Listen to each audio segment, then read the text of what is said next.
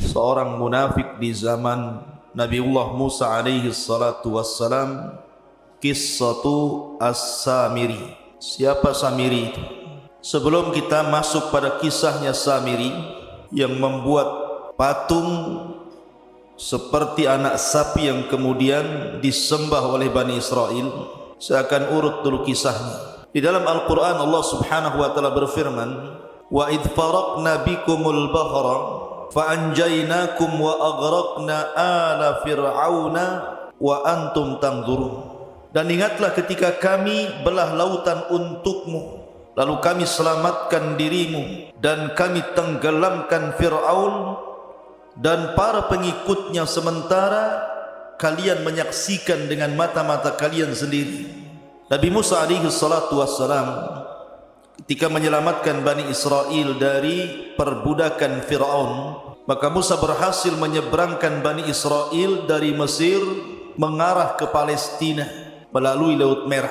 Dan itulah mukjizat yang sangat masyhur dari Nabi Musa alaihi salatu wassalam, mampu membelah lautan dengan tongkatnya, tentu dengan izin Allah subhanahu wa ta'ala. Terbelah 12 jalan di lautan itu karena Bani Israel 12 kabilah.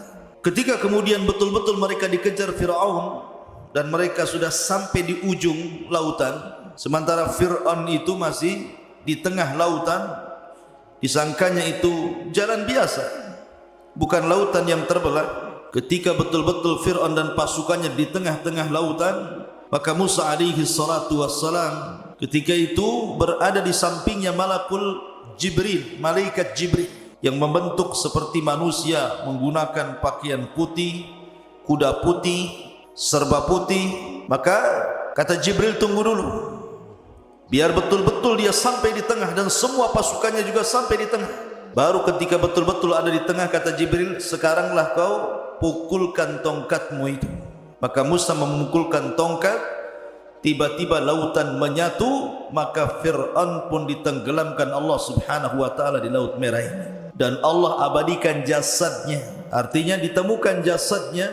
Kemudian jasadnya Fir'aun sampai hari ini menjadi pelajaran, dan kisah itu kisah beneran. Kalau anda ingin, atau antum semuanya ingin melihat jasad Fir'aun, datang ke Mesir sana. Sana ada jasadnya Fir'aun. Lah, intinya bahwa Bani Israel diselamatkan, ini nikmat Allah Azza wa Jalla, diselamatkan dari kematian. Ma'asyiral muslimin yang dimuliakan Allah Azza wa Jalla. Setelah itu berangkatlah Bani Israel dibawa oleh Nabi Musa alaihi salatu wassalam menuju arah Palestina. Di tengah jalan rupanya mereka melewati sebuah perkampungan yang kampungnya itu nyembah berhala. Sementara mereka sudah mentauhidkan Allah Azza wa Jalla, menyembah berhala. Tiba-tiba kemudian salah satu dari kaumnya Bani Israel ini mengatakan kepada Musa, ya Musa, ij'al lana ilahan kama lahum aliha. Wahai Musa, jadikanlah untuk kami banyak Tuhan lah, masa satu Tuhan saja? Maka Musa heran, sudah diberikan hidayah, menyaksikan ditenggelamkan Fir'aun, menyaksikan mukjizat yang banyak dari Musa, sudah mentauhidkan Allah, mau kufur. Makanya Musa alaihi salatu wassalam mengatakan, innakum qaumun tajhalun, kalian ini kaum yang bodoh, sudah diberikan hidayah tauhid mau sesat pula. Akhirnya Musa pun marah kepada Bani Israel. Ketika Nabi Musa alaihi salatu wassalam sudah berada betul-betul di perbatasan, tinggal masuk saja ke Palestina itu, sudah sampai di padang pasir yang mendekati Palestina.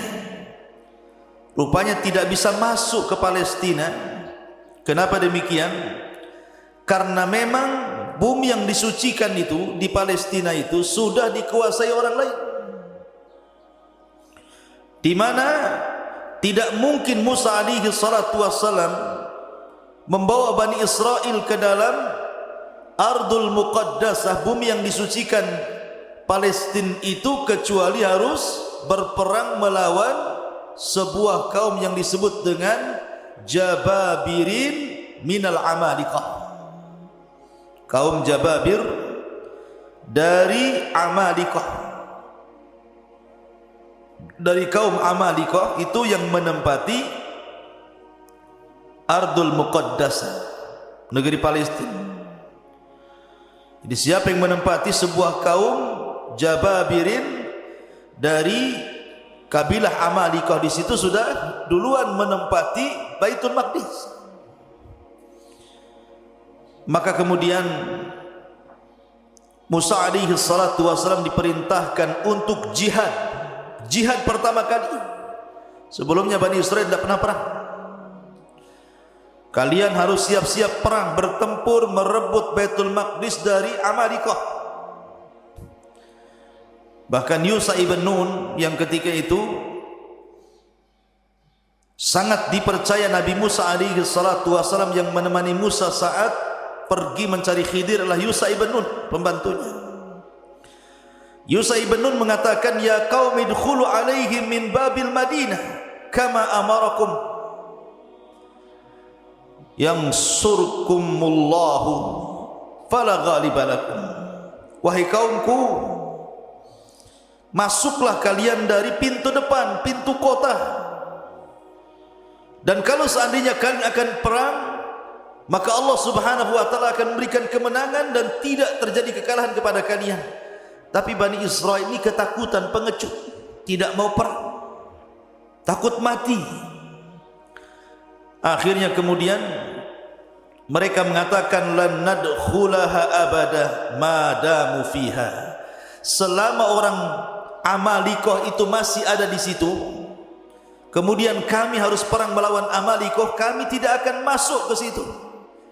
Kemudian mereka pun lancang kepada Musa dan mengatakan, idhab anta wa rabbuka faqatila inna hahuna qaidi.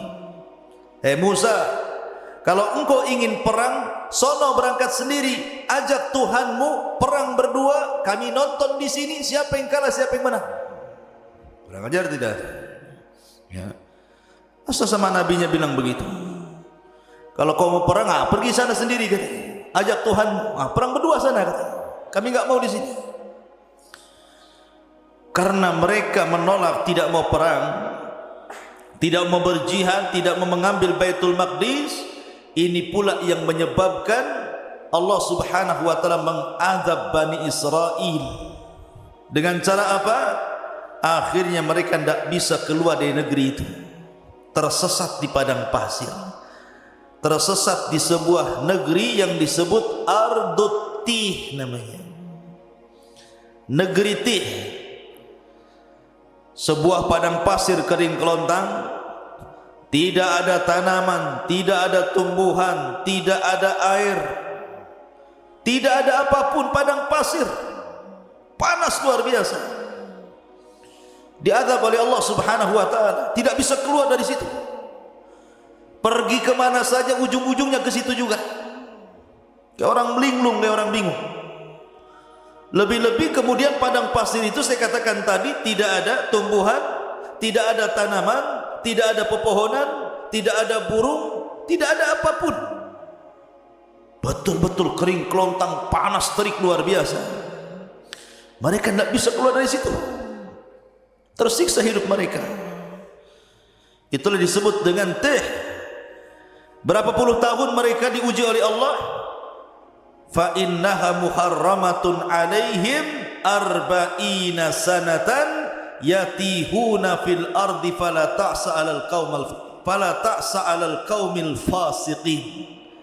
Dan negeri Tih itu digambarkan dalam surah Al-Maidah ayat 26. Yatihun, maksudnya di negeri Tih Allah berfirman, maka negeri itu terlarang buat mereka selama 40 tahun. Mereka akan mengembara kebingungan di bumi itu.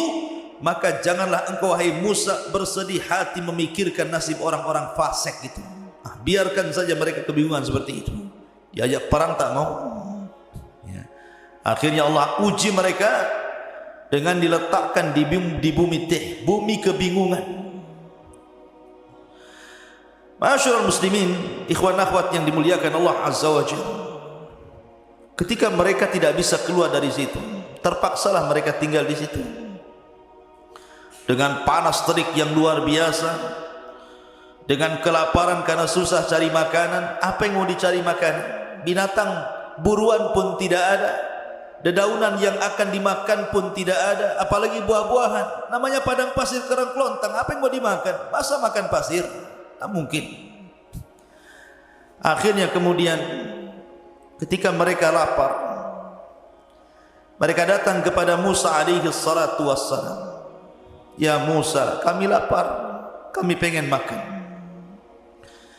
Tolonglah berikan kepada kami makanan. Berdoalah kepada Rabbmu agar diturunkan makanan kepada kami. Subhanallah, Allah karim.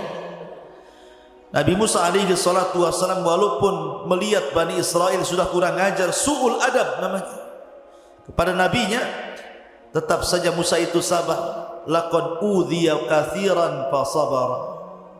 Musa itu sudah banyak diuji oleh kaumnya tapi sabar. Akhirnya Allah janjikan kepada Bani Israel yang tersesat di Ardut Tih itu diberikan makanan. Kalau pagi diberikan makanan man, kalau sore hari diberikan makanan salwa. Manna was salwa. Apa itu manna dan apa itu salwa? Karena Allah Subhanahu wa taala berfirman tentang manna was salwa itu. Ada yang mengatakan bahwa manna itu sejenis madu, sejenis madu yang bisa dimakan, rasanya kayak madu, bahkan lebih manis dibandingkan madu, dan itu untuk makanan di pagi hari. Diberikan kepada mereka alman. Adapun makanan di sore hari mereka akan diberikan salwa.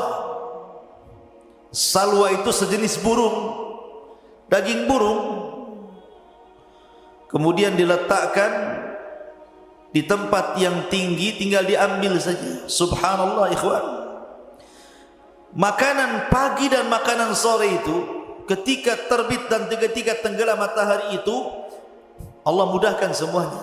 Mereka tidak perlu cari lagi, tidak perlu lelah letih. Pokoknya mereka pagi hari lapar, tinggal diambil saja. Sudah ditentukan tempatnya, nanti tahu-tahu sudah ada saja manna itu tiap pagi. Dan juga burung-burung yang siap santap, tahu-tahu sudah ada saja di sore hari. Subhanallah, ini keajaiban. Tinggal ambil saja. Mau makan pagi sarapan, tinggal cari ambil, sudah ada man di situ. Kalau sudah sore mereka lapar, tinggal makan kemudian salwanya. Ini nikmat mana lagi, ikhwan? Makan enggak perlu nyari lagi, enggak perlu kerja, enggak perlu pontang-panting gitu ya. Enggak perlu menjadikan kepala di bawah, kaki di atas. Ngapain pula kayak gitu ya? Tetapi Bani Israel ini kaum yang degil, ikhwan. Gimana enggak degil? Mereka mengatakan, wa id qultum ya Musa lan nasbiru ala ta'amin wahid fad'u lana rabbaka yukhrij lana mimma tumbitul ardu min baqliha wa qithaiha wa fumiha wa adasiha wa basaliha. Apa kata mereka? Sudah enak dikasih manna wassalwa, tinggal ngambil makan. Itu makanan lezat, makanan diberkahi, enak luar biasa. Mereka mengatakan, hai Musa, kami tidak sabar, tidak tahan dengan satu macam makanan ini aja. Asih salwa manna, salwa manna. Cobalah kata Bani Israel, mohonkanlah untuk kami kepada Tuhan, wahai Musa, agar dia mengeluarkan bagi kami dari bumi ini tumbuh-tumbuhan, yaitu sayur-sayuran, ketimun, bawang putih, kacang adas, bawang merah. Cobalah yang lain, yang seperti ini. Maunya itu bawang-bawang, sayur-sayur, sayur bayam, sayur kangkung, bayam duri kan itu. Maunya itu yang gitulah. Mana wasal maka kami bosan gitu. Lihat bagaimana orang-orang Bani Israel ini aneh. Allah sudah berikan makanan terbaik, mau pula makanan-makanan yang rendah-rendahan. Makanya Musa mengatakan kepada Bani Israel, qala atastabdiluna alladhi huwa adna billadhi huwa khair ihbitu Misra.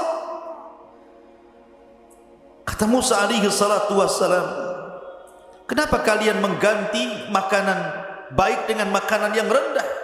Itu rendah itu. Bawang merah, bawang putih, sayur-sayur itu makanan rendah. Kau bisa datang kemana saja ada itu. Kenapa harus minta kepadaku? Tapi mana salwa ini tidak bisa dicari. Kan itu makanan dari Allah subhanahu wa ta'ala langsung. Tapi kalau hanya bawang putih, bawang merah, kacang-kacangan, sayur-sayuran, kau tinggal pergi ke mana daerah di situ. Misron di sini bukan Mesir, tapi daerah mana saja itu mudah dicari. Kenapa pula kemudian kalian tidak mau memakan manna wassalwa lagi?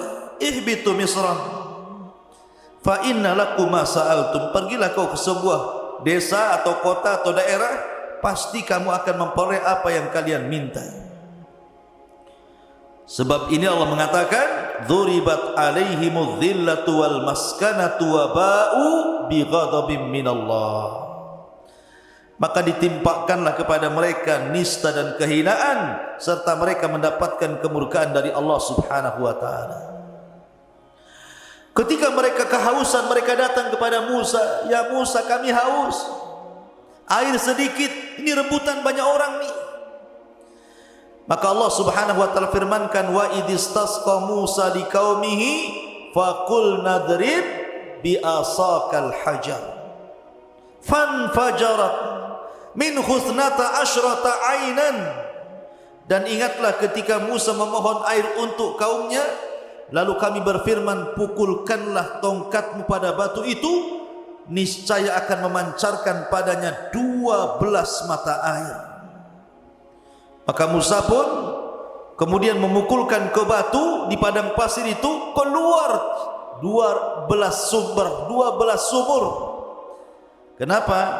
Karena kabilah Bani Israel ada 12, jadi jangan rebutan. Kamu punya sumur masing-masing nih. Ya, kamu jangan kabilah ini, jangan kau minum di sini, sumurmu yang sana. Jadi jumlah sumur disesuaikan dengan jumlah kabilah.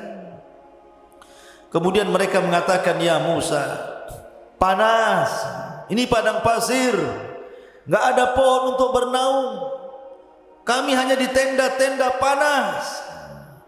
Akhirnya mereka pun kemudian meminta kepada Musa alaihi salatu wassalam agar Allah menaungi mereka. Makanya Allah mengatakan, wa dhallalna alaikumul ghamam wa anzalna alaikumul manna wassalwa. Dan kami naungi kalian dengan awan. Tiba-tiba ada awan yang menghalangi antara kepala mereka dengan matahari, sehingga mereka tidak kepanasan lagi. Kurang apa nikmatnya Bani Israel? Mereka panas dikasih awan menaungi mereka sehingga tidak tersengat matahari. Mereka minum. Musa alaihi salatu wassalam kemudian memukulkan tongkat, keluar sumber mata air. Mereka lapar, Allah turunkan manna dan salwa. Dalam riwayat, mereka pun meminta baju, karena bajunya sudah lama mereka pakai itu, enggak ganti-ganti. Coba bayangkan sampai minta baju, ya, baju lebaran. Sampai kemudian bukan hanya itu saja, mereka meminta macam-macam kepada Musa alaihi salatu wassalam. Tapi Musa itu memang nabi yang sabar untuk mengobati Bani Israel. Intinya di bumi Tih ini mereka kesulitan. Lah setelah segala nikmat yang Allah anugerahkan di bumi Tih ini, dari silah Musa, karena lama, itu kan ujian bagi mereka selama 40 tahun. Musa tidak mungkin membiarkan mereka seperti itu. Musa harus membuat undang-undang, yang mana undang-undang ini bisa menertibkan kehidupan mereka. Maka Musa pun meminta kepada Allah untuk diturunkan undang-undang kepada mereka. Maka Allah janji untuk menurunkan Taurat kepada Musa asal Musa berangkat ke bukit yang disucikan Allah Azza wa Jalla, Bukit Tur, Bukit Sainah. Akhirnya Musa alaihi salatu wasallam diperintahkan Allah untuk berangkat selama 30 hari meninggalkan Bani Israel untuk mendapatkan mandat Taurat. Ketika itu Bani Israel diserahkan kepada adiknya Harun. Berangkat Nabi Musa selama 30 hari. Ma'asyiral muslimin ikhwan akhwat yang dimuliakan Allah Subhanahu wa taala. Maka selama 30 hari itu Nabi Musa berpuasa. Ada yang mengatakan 30 hari berpuasa itu bertepatan dengan bulan Dzulqa'dah. Satu bulan Dzulqa'dah Nabi Musa berpuasa. Ketika sampai di bukit Tur, Bukit Sainah, maka Musa pun beriktikaf di bukit itu selama 30 hari 30 malam, berpuasa terus, tidak membatalkan puasanya karena tahu akan berjumpa dengan Allah. Ketika sampai di tanggal 30 sebagaimana ditetapkan oleh Allah Subhanahu wa taala, tiba-tiba Nabi Musa membatalkan pula puasanya. Bukan tidak ada alasan, karena alasan Nabi Musa kenapa membatalkan puasa di hari ke-30, karena takut kalau seandainya dia bicara dengan Allah mulutnya bau. Karena orang puasa itu kan mulutnya tidak sedap. Tiba-tiba ketika dia hendak membatalkan puasanya karena sebab itu, maka Allah Subhanahu wa taala melarang dan mengatakan, wahai Musa, jangan kau batalkan puasamu. Fa inna luhufa fammis shaim atyab indallah min rihil miski. Karena bau mulutnya orang yang berpuasa itu lebih harum di hadapan Allah dibandingkan minyak kasturi. Di hadapan Allah, jangan di hadapan kawan antum, baulah. Di hadapan Allah, ya, kalau di hadapan makhluk tergantung sahur antum. Sahur jengkol bau jengkol, sahur pete bau pete, ya. Takkan sahur jengkol bau kasturi, ya. Maksudnya di hadapan Allah lebih harum dibandingkan minyak kasturi. Akhirnya Musa pun diperintahkan Allah Azza wa Jal untuk menambah lagi 10 hari, untuk menambah 10 hari. Maka genap Musa di Bukit Tur Sinai itu berapa hari? 40 malam 40 hari. 40 malam 40 hari Nabi Musa alaihi salatu wassalam berada di Bukit Tur untuk mendapatkan mandat Taurat. Makanya Allah Subhanahu wa taala berfirman mengenai hal ini, tentang masalah Taurat ini, walaqad jaa Musa limiqatina wa kallamahu rabbuhu qala rabbi arini anzur ilaik. Dan ingatlah ketika kami berjanji kepada Musa untuk memberikan Taurat sesudah 40 malam.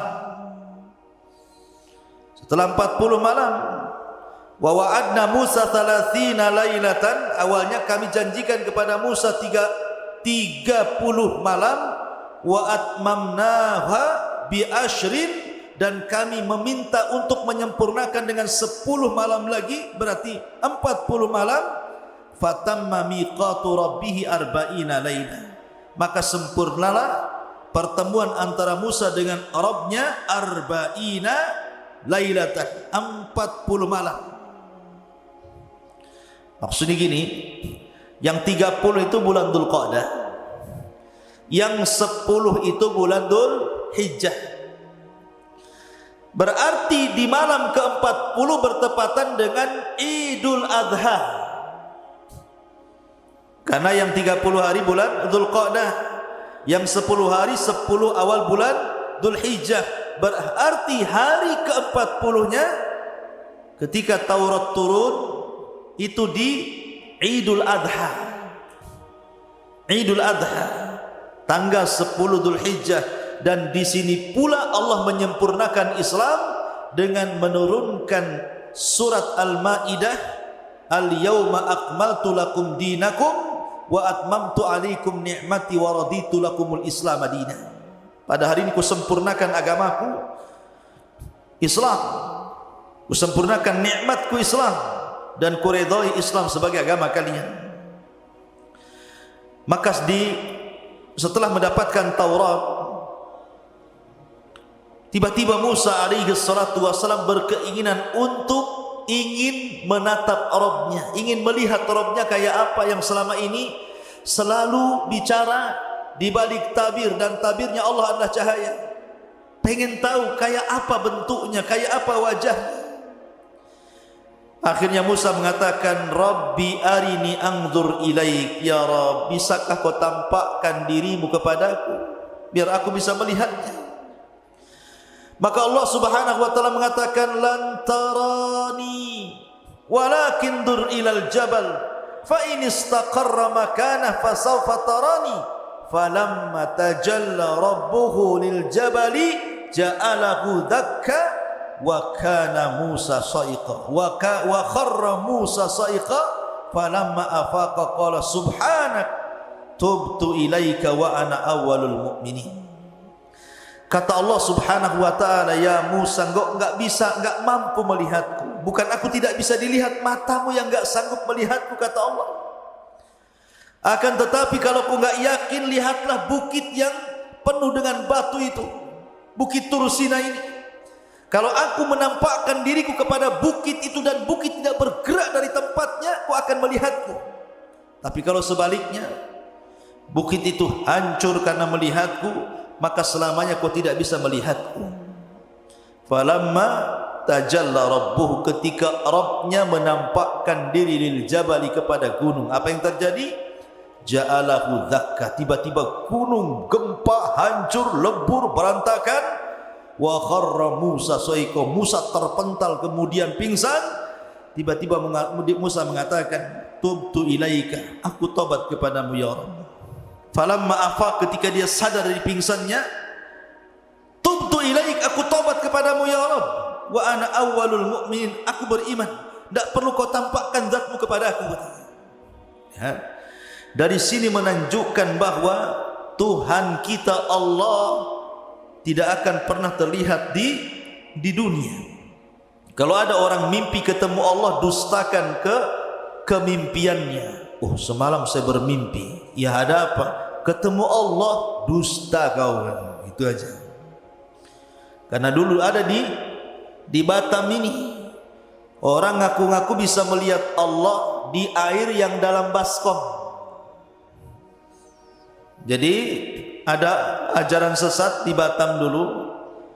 Kalau anda ingin melihat Allah, bayar 500.000. Masuk ke kamar, di situ ada baskom diisi air, entah komat kamit waswesnya apa gitu kan.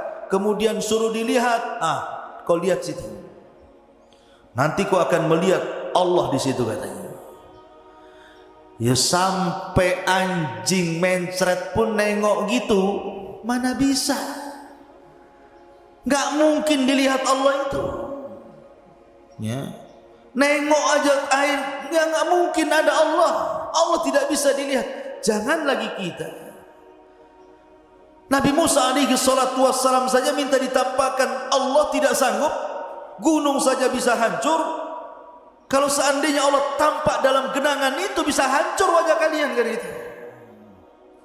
Terbakar. Kalau sampai tabir Allah buka dari zatnya, terbakar syubuhatul ardh, satu bumi bisa terbakar ikhwan.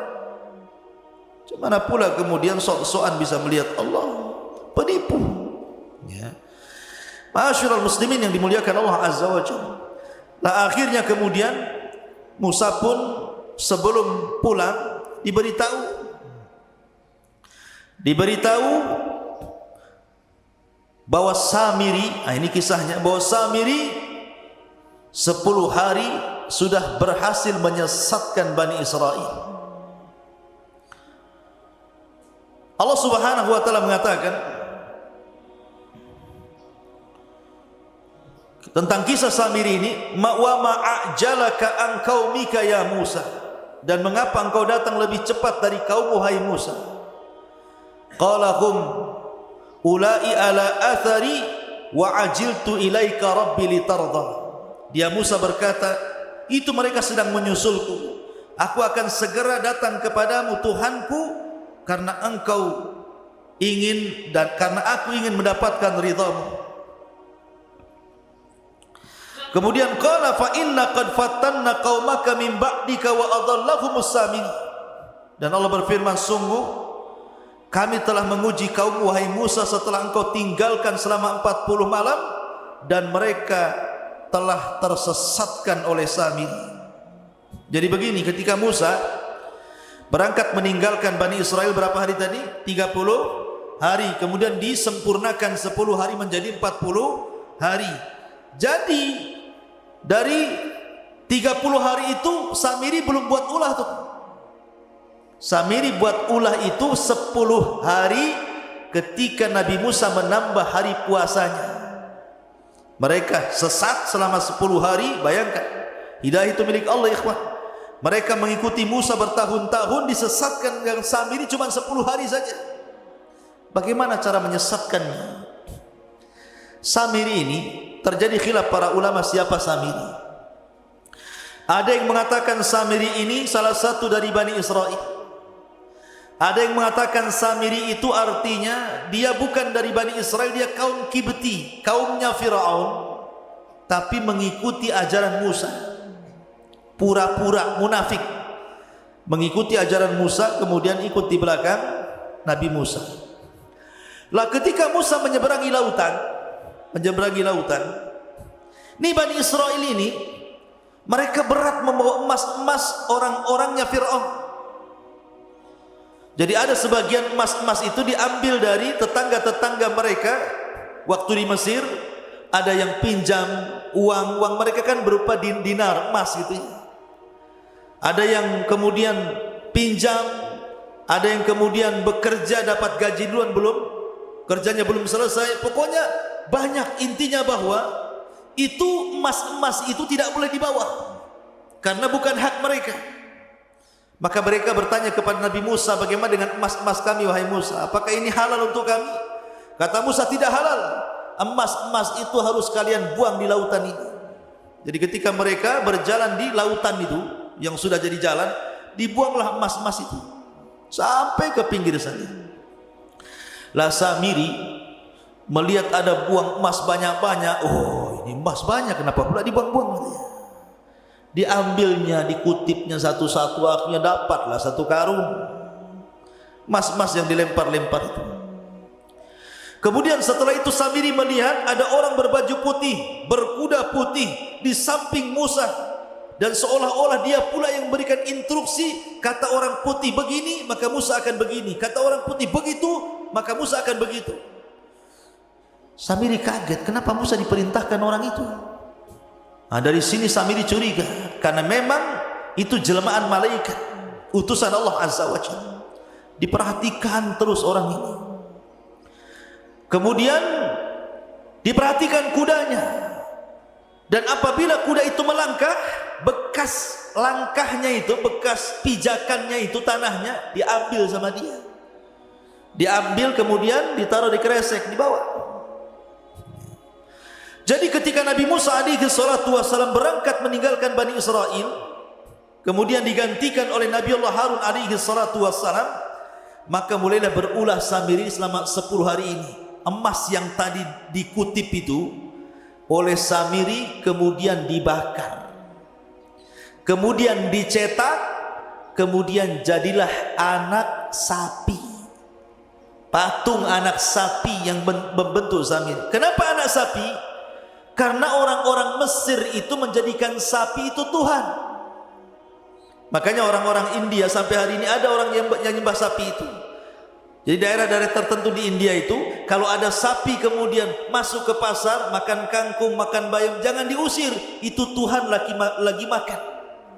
Ya, macam-macam. Di India itu banyak. Ya, sesembahan salah satunya sapi disembah. Ada juga yang nyembah ular sendok di sana. Ya. Jadi akhirnya kemudian dibentuklah patung anak sapi itu. Ketika sudah jadi patung anak sapi itu, kemudian ditenggerkan di tengah-tengah lapangan Bani Israel. Dia kan punya tanah. Tanah itu bekas pijakannya kaki kudanya Jibril. Dimasukkan ke mulutnya tanah itu. Subhanallah. Keajaiban, tiba-tiba patung anak sapi yang terbuat dari emas itu hidup pula. Makanya Allah mengatakan lahu khuwar, hidup, tapi tidak sempurna, hanya mengeluarkan suara. Gimana suara sapi? Pi gitu. Bukan. Ya. Jadi keluar suara sapi.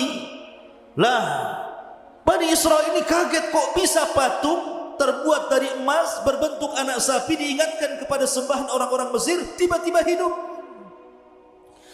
Karena sebagian Bani Israel masih kurang mantap imannya. Kata Samiri kepada Bani Israel, lihat, ini Tuhan kita. Anak sapi ini Tuhan kita. Buktinya dia bisa bicara, katanya. Mereka mengatakan, lalu Nabi Musa siapa? Dan kemana? Bukankah dia ingin membuktikan ketuhanannya?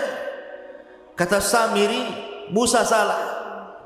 Yang benar ini Tuhannya, bukan apa yang didakwahkan Musa. Lihat, Musa salah tempat, jauh-jauh ke Bukit Tur untuk mencari Tuhannya. Padahal Tuhannya ada di sini. Ini Tuhannya anak sapi ini. Dari situlah akhirnya ada yang mengatakan 70.000 sekian gitu, Bani Israel pun murtad. 10 hari menyembah patung anak sapi. Ya, sebagian mereka murtad dan sebagian mereka bertahan. Ini enggak percaya, kami harus tanya dulu Musa, apakah ini Tuhan atau bukan? Yang sebagian lagi tetap mengatakan bukan Tuhan. Jadi manusia ketika itu terbagi menjadi 3. Ada yang tetap di atas tauhid, tidak mau menyembah patung anak sapinya yang dibuat oleh Samiri. Yang satu justru ada yang langsung menuhankan patung anak sapinya Samiri. Kemudian yang ketiga masih nunggu, masih ragu-ragu. Tunggu, tanya dulu, nunggu Musa datanglah. Kalau memang kata Musa ini Tuhan kami sembah, kalau enggak. Akhirnya kemudian Musa sudah diberitahu sama Allah bahwa kaumnya sudah disesatkan Samiri. Udah marah, pengen balik saja Musa itu. Masalahnya Musa tidak mau menyalahkan Bani Israel, tapi mau menyalahkan abangnya Harun. Ngapain saja Harun itu? Masa baru ditinggal 40 hari sudah murtad? Akhirnya pertama kali dia marah kepada Harun. Datanglah Musa dari safarnya membawa papan Taurat. Faraja'a Musa ila qaumihi ghadbanan asifan. Qala ya qaumi alam ya'idukum rabbukum wa'dan hasanan afa atala 'alaikul ahdu am aradtum an yahilla 'alaikum ghadab min rabbikum fakhlaftum maw'idi. Musa pun mengatakan, kemudian Musa kembali kepada kaumnya dengan marah, bersedih hati. Musa berkata, wahai kaumku, bukankah Tuhanmu telah menjanjikan kepadamu sebuah janji yang baik? Apakah terlalu lama masa perjanjian itu bagi kalian? Atau kalian hendak agar kemurkaan Tuhan menimpa kalian? Mengapa kalian melanggar perjanjian denganku? Kemudian mereka mengatakan, qalu ma akhlafna mau'idaka bimalkina walakin hammalna auzaran min zinatil qaumi faqadhafnaha fakadzalika alqas Samiri. Mereka mengatakan, kami tidak melanggar perjanjian wahai Musa dengan kemauan kami sendiri, tetapi kami harus membawa beban berat dari perhiasan kaum Firaun, kemudian kami lemparkan ke dalam api itu, dan demikian pula Samiri melemparkannya. Maka datanglah Musa kepada siapa? Kepada Harun.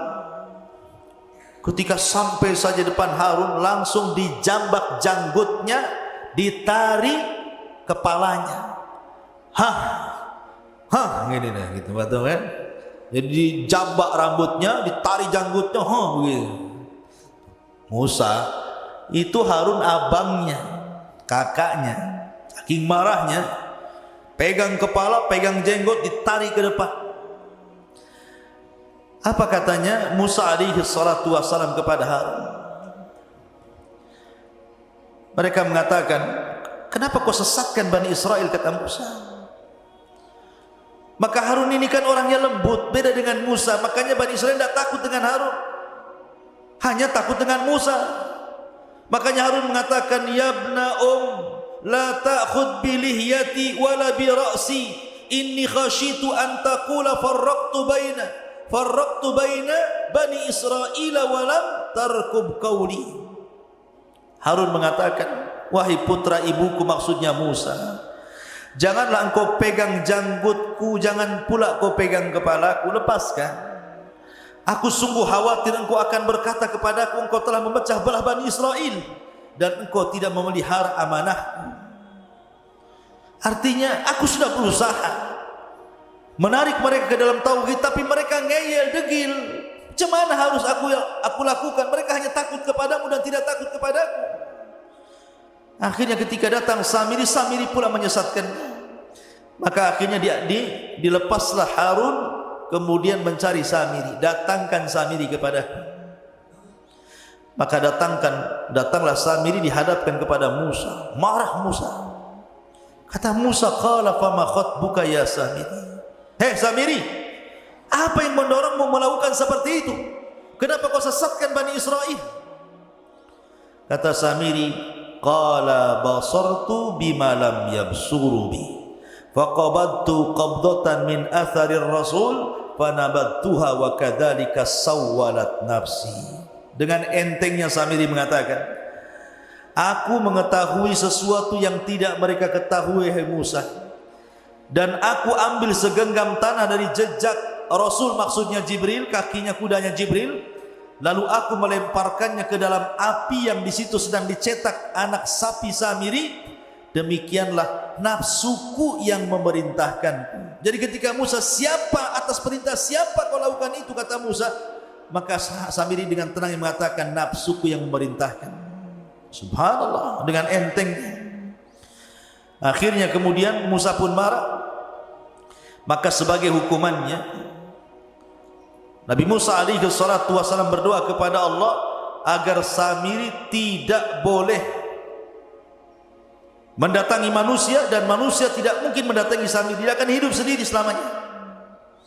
Ya, itu sebagai hukumannya, akan hidup sendiri. Manusia tidak bisa bicara, dia pun tidak bisa bicara dengan manusia. Tetapi memang Al-Quran dan Sunnah tidak menjelaskan kematiannya, karena Samiri habis itu diusir oleh Musa dan tidak diperkenankan untuk hidup di zaman di lingkungan Bani Israel. Sehingga ada yang menyangka bahwa Samiri adalah Dajjal di akhir zaman. Tapi kita katakan Dajjal bukan Samiri, dan Samiri bukan Dajjal. Dajjal lain orangnya, Samiri pun lain orangnya. Ya. Intinya bahwa Nabi Musa alaihi salatu wasallam kemudian mengadab Samiri dengan cara berdoa kepada Allah agar dia tidak bisa ditemui manusia dan dia tidak bisa menemui manusia, sendiri hidupnya. Kemudian melihat Nabi Musa marah, maka mereka disuruh bertobat. Bani Israel yang menyembah patung anak sapi itu suruh tobat. Tiba-tiba kemudian diilhamkan kepada mereka untuk mengucapkan la illam yarhamna rabbuna wa yaghfir lana lanakunanna minal khasirin. Kalau Rabb kami tidak merahmati kami dan tidak mengampuni dosa-dosa kami, kami termasuk orang rugi. Terus itu yang dibicarakan oleh orang-orang yang menyembah patung itu. Masalahnya, Musa mengatakan, aku datang sudah bawa papan Taurat ini, dan isi papan ini kalau sampai ada orang musyrik seperti kalian, hukumannya adalah saling bunuh-bunuhan. Kalian harus pulang, ambil bawa pisau dapur, tusuk-tusuk kalian, saling tusuk di antara kalian, saling bunuh di antara kalian. Itu tobatnya. Karena Allah mengatakan, wa idh qala Musa liqaumihi, dan ketika Musa berkata kepada kaumnya, ya qaumi innakum zalamtum anfusakum bittikhadikumul ijla fatubu ila bariikum faqtulu anfusakum dzalikum khairul lakum inda bariikum fataba alaikum ila akhiril ayat.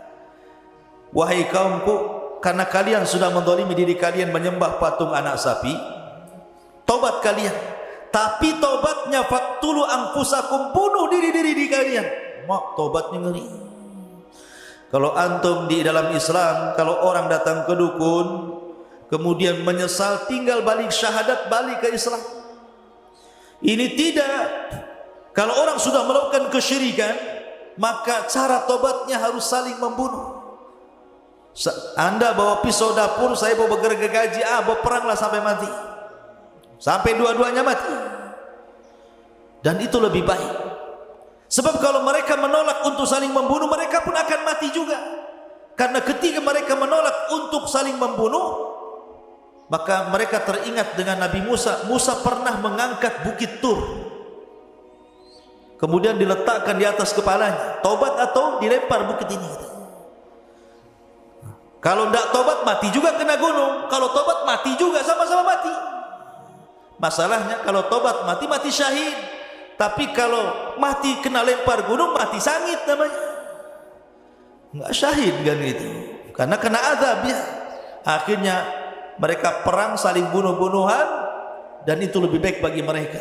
Matilah hampir 7.000 Bani Israel gara-gara menyembah patung anak Samiri. Ya, jahatnya Samiri, munafik, menyesatkan. Akhirnya kemudian Nabi Musa pun setelah kasus Samiri ini tetap masih tidak bisa keluar dari Ardut Tih itu, maka Allah Subhanahu wa taala takdirkan Musa pun meninggal. Tapi sebelumnya Harun meninggal, baru kemudian Musa. Bagaimana Harun meninggal? Dikatakan oleh ahli tafsir, jadi suatu ketika Nabi Musa dan Harun ini naik ke atas bukit, meninggalkan Bani Israel karena lelah gitu kan, ingin santai berdua saja, naik ke atas bukit. Tiba-tiba di atas bukit itu melihat ada pohon di situ. Kemudian tiba-tiba Harun alaihi salatu wassalam mengatakan, ya Musa, inni uhibbu an anama ala hadas sarir. Dan di bawah pohon itu kayak ada tikar, sudah ada tikar, ada pohon, ada tikar. Kata Harun, ya Musa, kayaknya saya ingin tidur di sini. Kata Nabi Musa, nam alaih, silahkan tidur. Tapi kemudian Harun mengatakan, inni akhafu ayyatiya rabbu hadal bait fayaghdhabu alayya. Tapi aku takut wahai Musa, kalau seandainya aku tidur di sini, tiba-tiba Rabb pemilik rumah ini kemudian datang dan murka kepadaku. Kata Musa, la tarhab, jangan takut, aku akan melindungi dirimu, tidur saja. Kata Harun mengatakan, ya Musa, kau juga tidurlah di sini di sampingku. Jadi kalau ada apa-apa kau bertanggung jawab. Akhirnya kemudian Nabi Harun tidur, Musa pura-pura tidur. Rupanya Allah Subhanahu wa taala mengirim malakul maut. Ketika tidur itulah Harun dicabut nyawanya, kemudian diangkat ke langit dengan tikar-tikarnya sekali. Itu dalam sebuah riwayat yang dikatakan oleh Imam As-Sudi. Tapi dalam riwayat yang lain, riwayat Ali bin Abi Thalib radhiyallahu an, intinya ketika Harun dan Musa meninggalkan Bani Israel, tiba-tiba kemudian Allah mengurum malakul maut. Kemudian malakul maut ini mencabut nyawa Harun. Kemudian akhirnya malaikat ini membawa jasadnya, kemudian menguburkannya entah di mana, tidak ada yang tahu. Musa pun sedih, kemudian kembali menemui Bani Israel. Harusnya saat kesedihan ini dihibur, malah dituduh pula dia yang membunuh Nabi Harun. Ya bayangkan, Bani Israel marah kepada Musa, kau bunuh Harun ya katanya. Karena Harun itu nabi yang dicintai Bani Israel, orangnya lembut, maka dicintai, disukai Bani Israel. Kalau Musa itu orangnya keras, ditakuti Bani Israel. Jadi ketika berdua jalan ke bukit, kok pulang sendirian, tiba-tiba Harun tidak ada. Akhirnya mereka marah kepada Musa, aqtalta Haruna ya Musa, kenapa kau bunuh Harun wahai Musa? Kata Musa, saya tidak bunuh Harun, dia meninggal. Akhirnya Musa pun berdoa kepada Allah agar dibuktikan jasadnya bahwa dia tidak membunuhnya. Akhirnya kemudian jasadnya diperlihatkan kepada Bani Israel, baru Bani Israel yakin bahwa Musa tidak membunuh Harun. Memang sudah ajalnya. Dan setelah kemudian Harun meninggal dunia, giliran Musa. Tapi kisah meninggalnya Nabi Musa ini unik masalah. Disebutkan dalam hadis Abu Hurairah radhiyallahu anhu, Rasul yang mengatakan, "Ja'a malakul maut," datang malaikat maut ila Musa ibn Imran, menuju Musa ibn Imran. Faqala lahu, dan dia pun berkata kepadanya, Aku utusan Rabbmu, dan engkau sudah saatnya harus meninggal wahai Musa. Marah Musa kepada malakul maut. Falatama Musa alaihi salatu wassalam aina malakil mauti fafaqaha. Tiba-tiba Musa menampar wajah malaikat maut, keluar kedua matanya. Coba malaikat maut ditampar sama Musa sampai keluar kedua matanya. Dia bilang, kau mau nyangkut nyawaku ya? Tampar akhirnya. Dia tidak tahu kalau itu betul-betul malakul maut, utusan Allah masalahnya. Hadis ini sahih.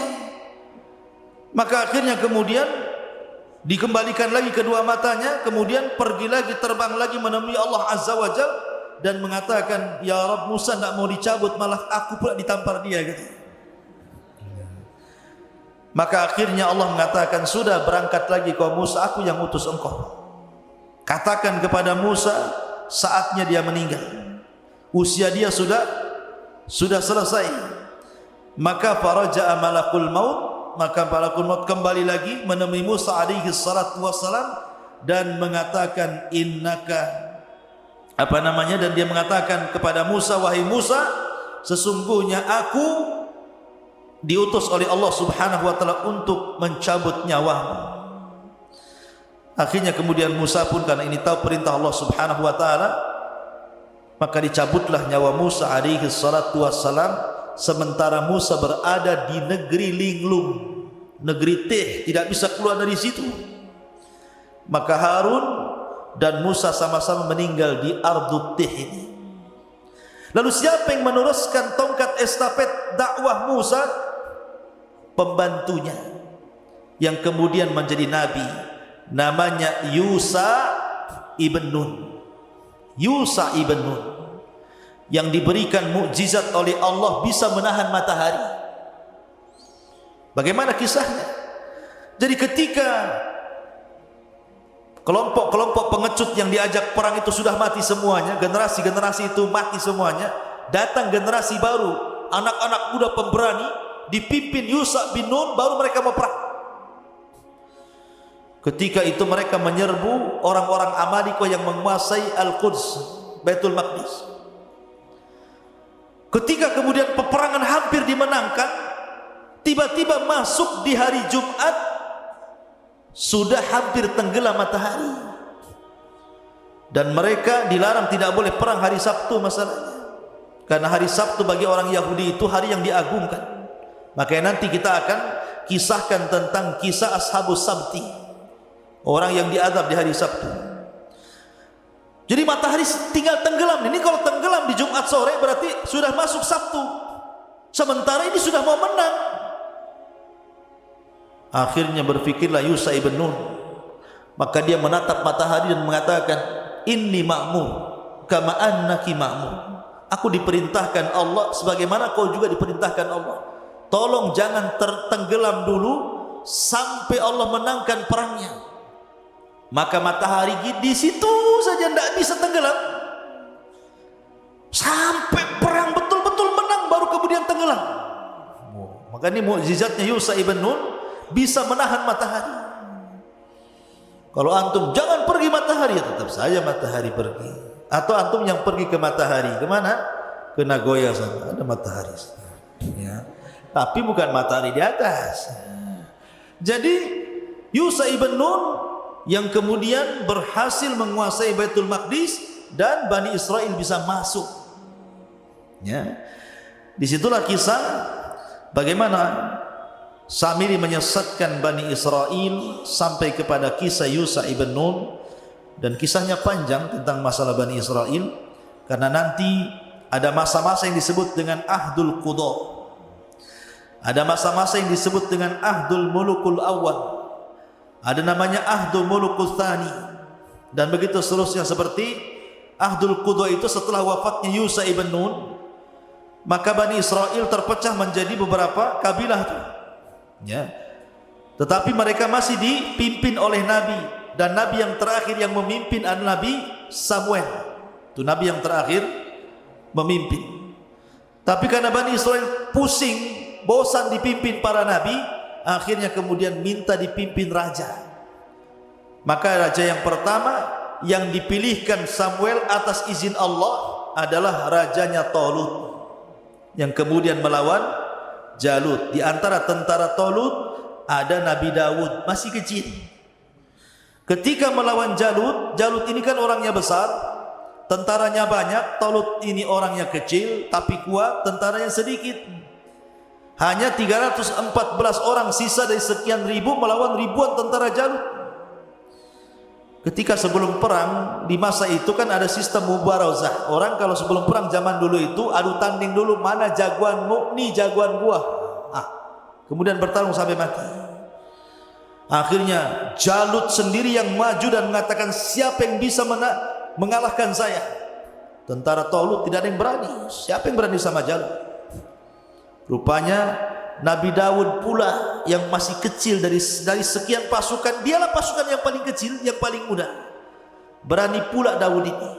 Daud ini orang miskin, kerjanya mengembala kambing, biasa ngelempar anjing dengan batu. Jadi kalau dia lempar anjing dengan batu itu sampai mati anjing itu dilempar batu, dan selalu tidak meleset. Ya. Kalau ada anjing lempar antum sini. Jadi ketika kemudian dia maju melawan Jalut, ini batu sudah ada beberapa di tangannya. Ketika betul-betul berhadapan, tidak bergulat Daud, dilempar aja batu kepalanya, pecah kepalanya, mati itu Jalut.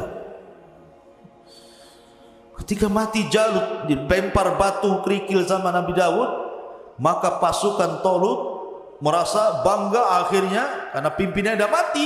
Tunggang langgang, menanglah pasukan Talut. Dinikahkanlah Daud dengan putrinya. Ketika Talut meninggal, maka dialah yang jadi raja.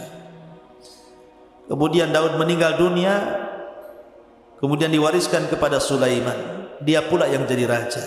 Lah, inilah raja dan raja plus nabi.